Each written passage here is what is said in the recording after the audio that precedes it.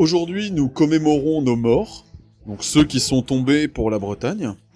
Donc nous nous rendrons tout à l'heure à Rospordin pour les honorer et les commémorer.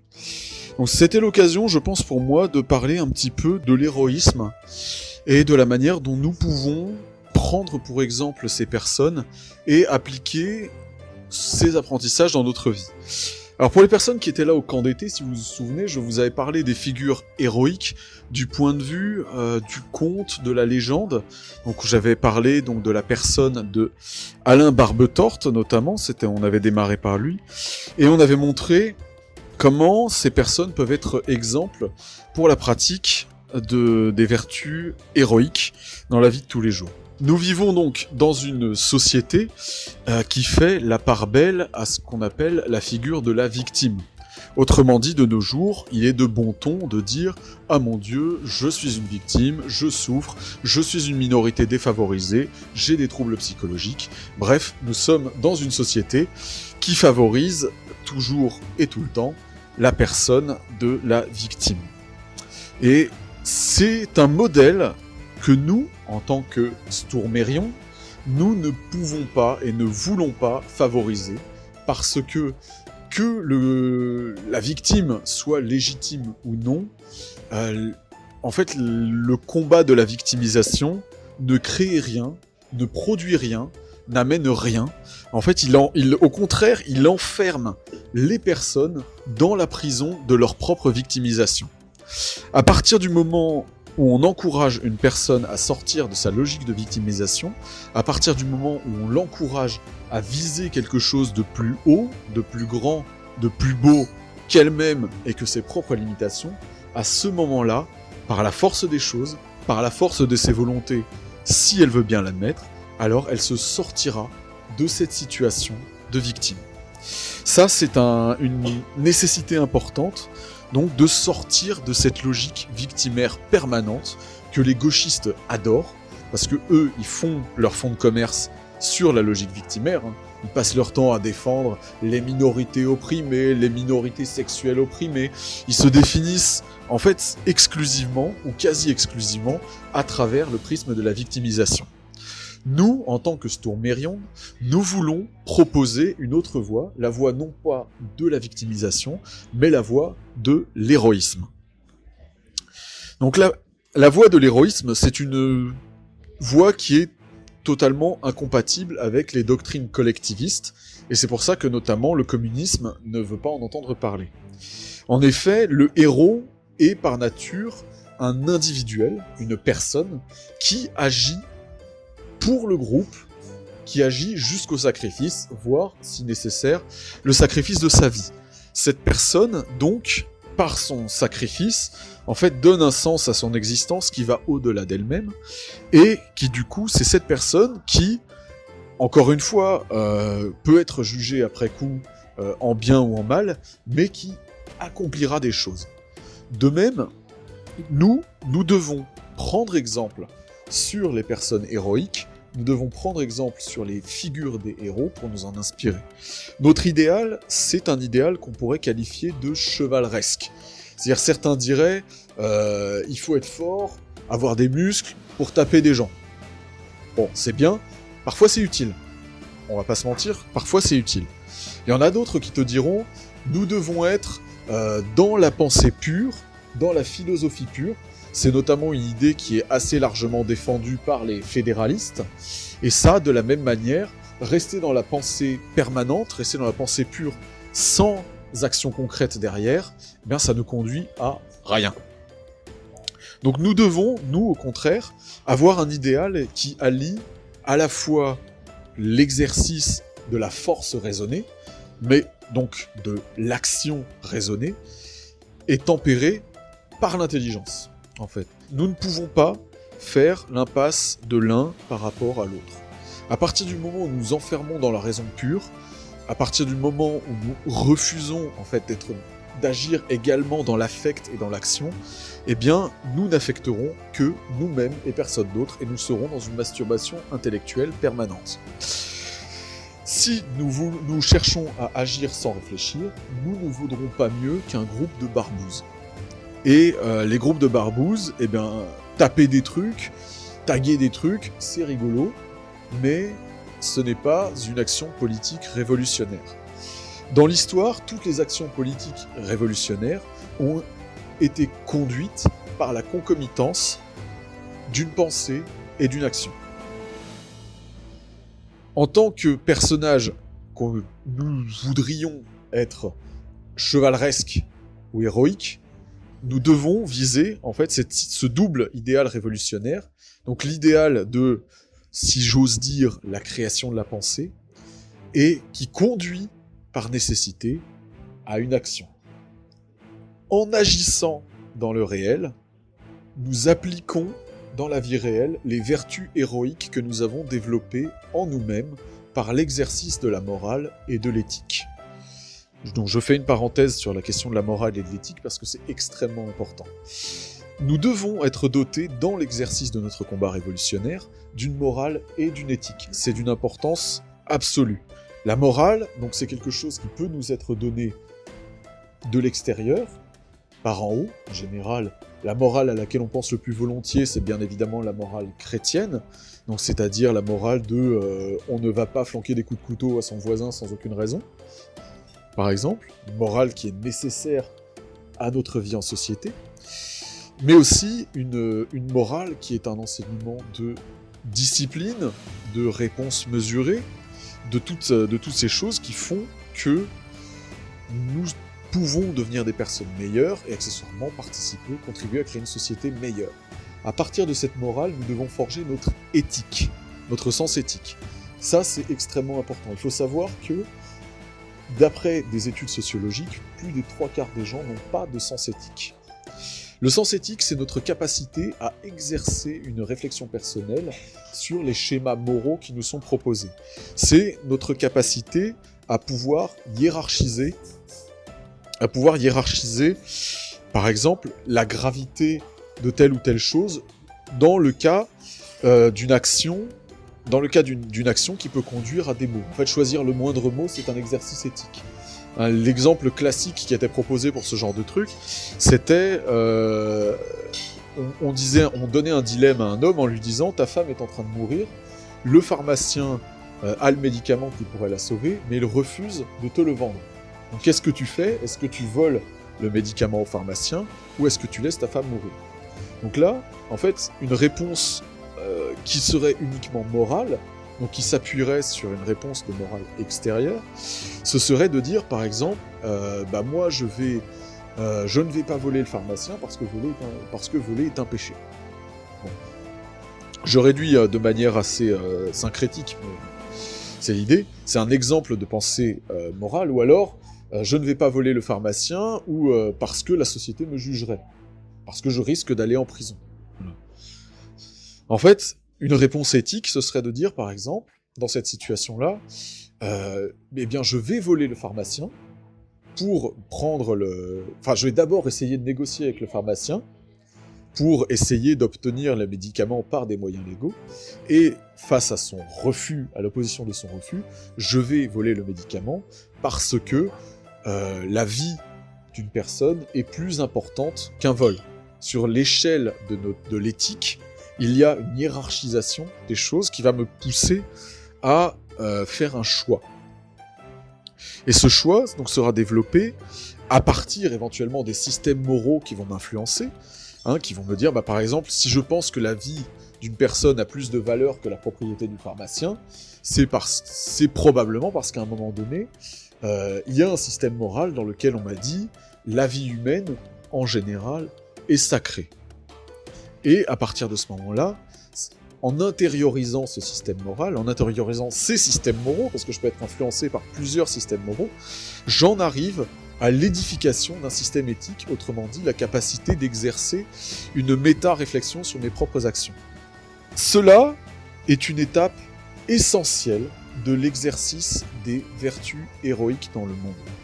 Nous devons, en tant que Sturmerion, être capables de comprendre pourquoi, éthiquement, notre combat pour la nation bretonne est une nécessité absolue. Parce que la situation de la Bretagne actuelle, de notre pays, à l'heure actuelle, est une injustice. C'est une injustice absolue. Nos droits en tant que nation, en tant que peuple, sont bafoués par l'occupant français. Nous ne sommes pas respectés, notre culture est systématiquement anéantie, et donc, notre sens éthique nous fait dire il est nécessaire d'agir pour nous battre pour le bien de notre nation. Voilà. Donc cette éthique, ce sens éthique, qui va nous conduire à l'action, à l'héroïsme de l'action. Donc les vertus héroïques, et c'est là quelque chose qui est très important de comprendre, ne passent pas forcément par des actions éclatantes. On peut s'amuser à foutre le feu à la préfecture de Rennes. C'est joli, ça fait un grand feu de joie, mais ce n'est pas en soi vraiment une action héroïque. En fait, et ça ne porte pas nécessairement non plus de vertu héroïque. Ça sera un symbole, certainement. Ça peut même être en soi une action qu'on pourrait qualifier d'héroïque, dans ce sens-là. Mais surtout, la vertu héroïque dont, en tant que Sturmerion, il est absolument nécessaire de nous parler, la toute première, en fait, il y en a deux, c'est l'humilité, d'une part, et la persévérance, d'autre part. Ce sont ces deux combats, ce sont ces deux valeurs héroïques que nous devons impérativement porter en nous parce que ce sont les plus importantes, parce qu'elles vont induire toutes les autres. Dans le parti, il y a des gens qui sont passés, qui sont venus un temps et qui sont repartis.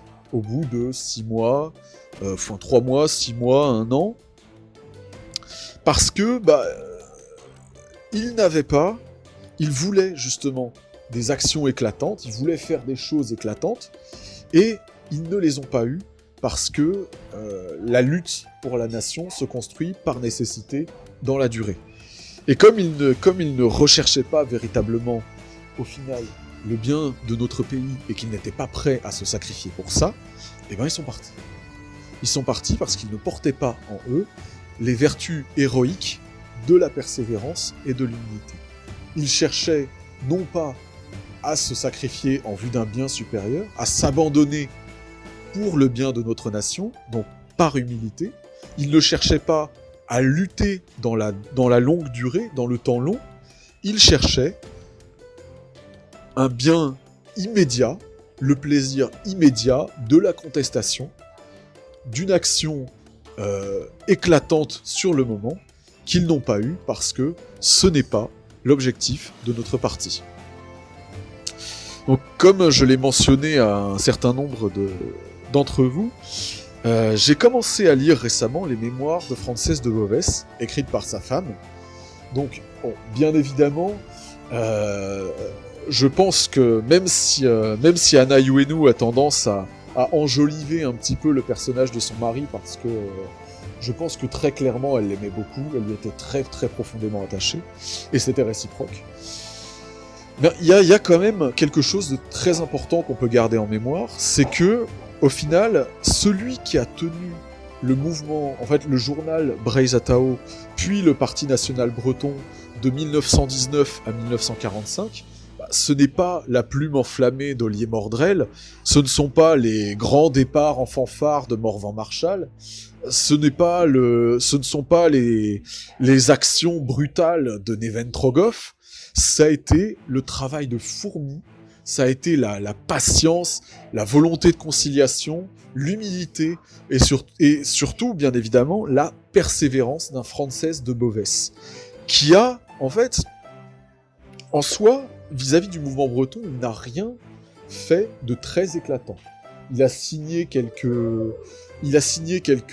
articles de sa plume, hein.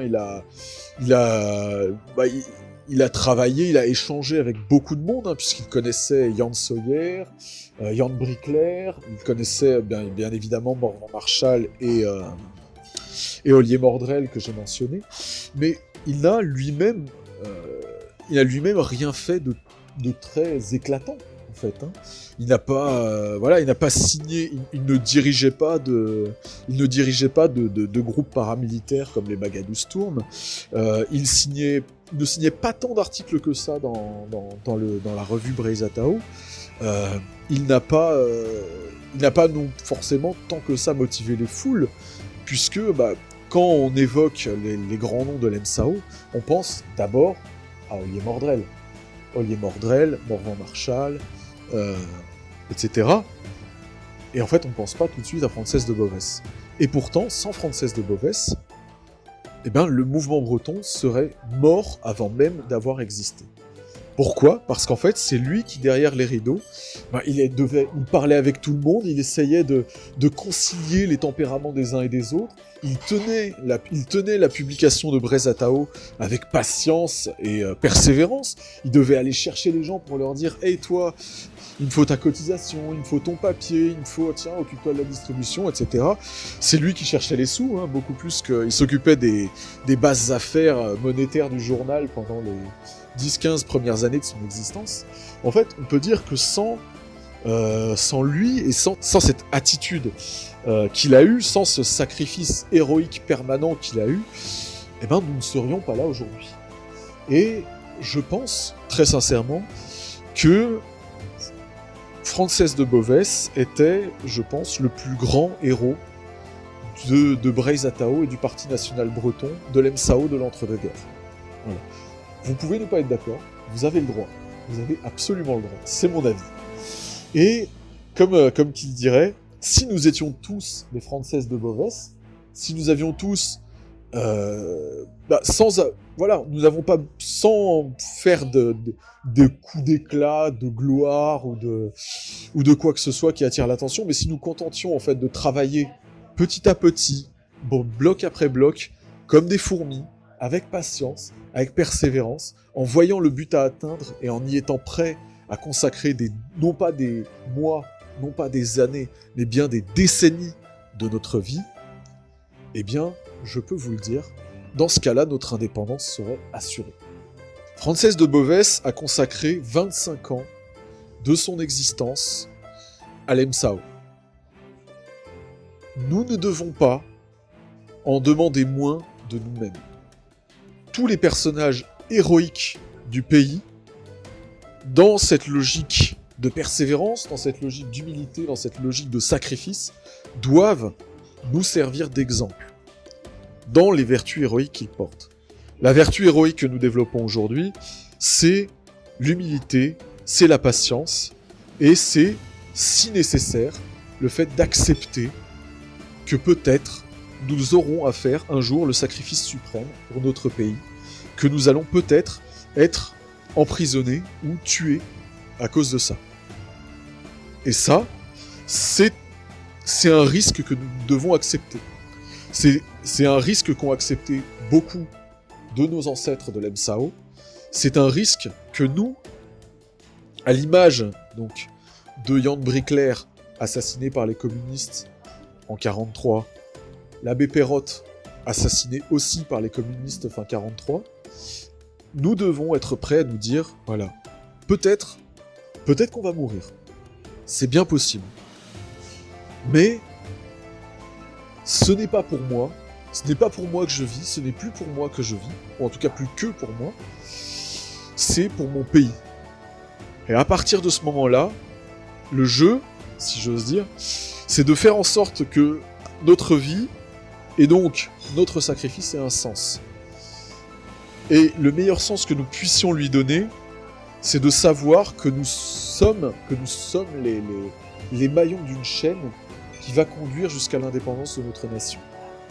En fait, la vertu héroïque, la vertu la plus héroïque qui soit, ce sont les vertus discrètes. Ce sont, comme je le disais, encore une fois, l'humilité et la persévérance, parce que ces vertus-là n'entraînent absolument aucune reconnaissance de la part des autres, de la part des contemporains, ou même de ceux qui arriveront après, parce que c'est une tâche, c'est fondamentalement ingrat, mais c'est quelque chose qu'on doit accepter. De nous dire que, voilà, ma récompense, ce ne sera pas la reconnaissance de mes contemporains. Ma récompense est dans le but que je vise. Ma récompense est dans ce que je désire, en fait. Et dans l'accomplissement de ce que je désire.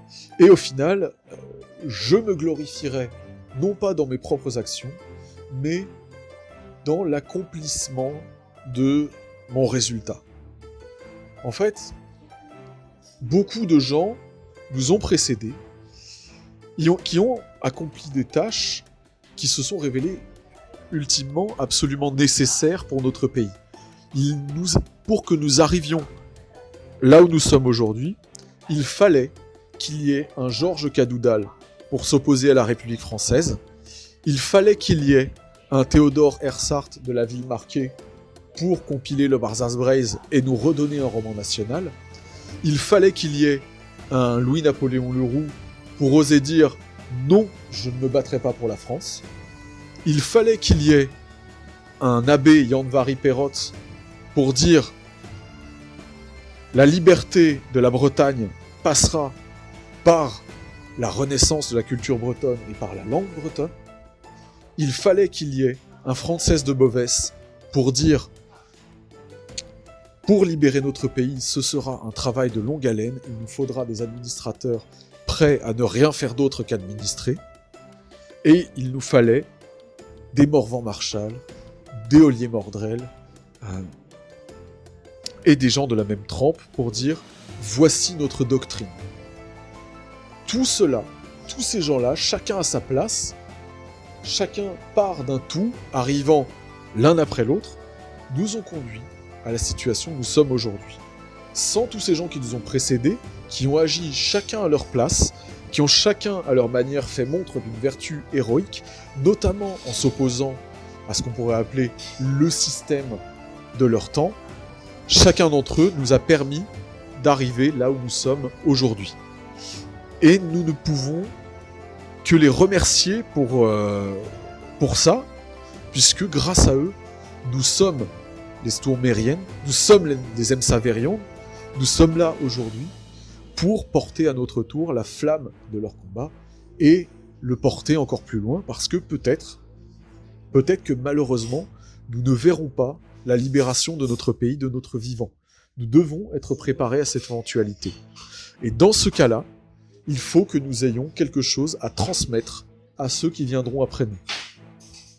Que ce soit peut-être des choses culturelles, des choses linguistiques, de la pensée, de la réflexion doctrinale, que ce soit des actions qui nous inscrivent dans le temps, dans le moment présent, que ce soit des choses qui permettent de donner aux Bretons, à notre peuple, conscience de ce que nous sommes, restituer notre fierté ethnique et nationale, particulièrement dans ce temps où beaucoup de gens en sont dépourvus, beaucoup de Bretons ont perdu ce sens et ont viré même dans ce qu'on pourrait appeler l'ethnomasochisme.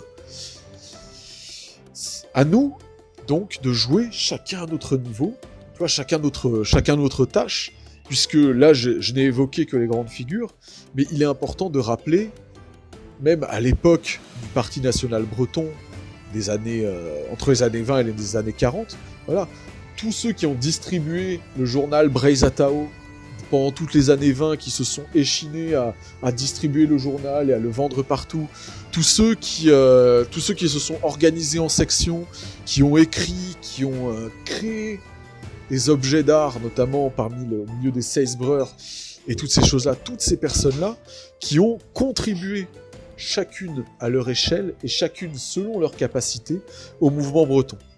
Et chacune de ces personnes, à sa manière, à son niveau, a fait preuve des vertus héroïques dont nous devons nous inspirer.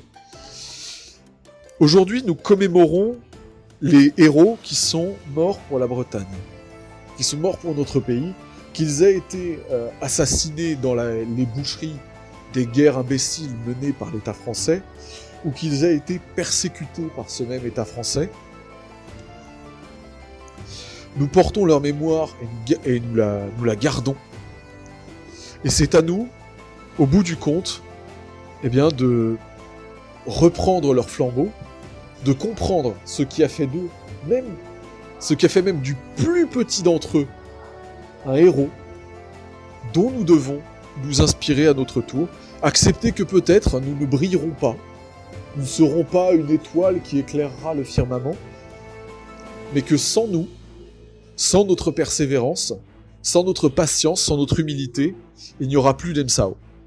Je vous remercie.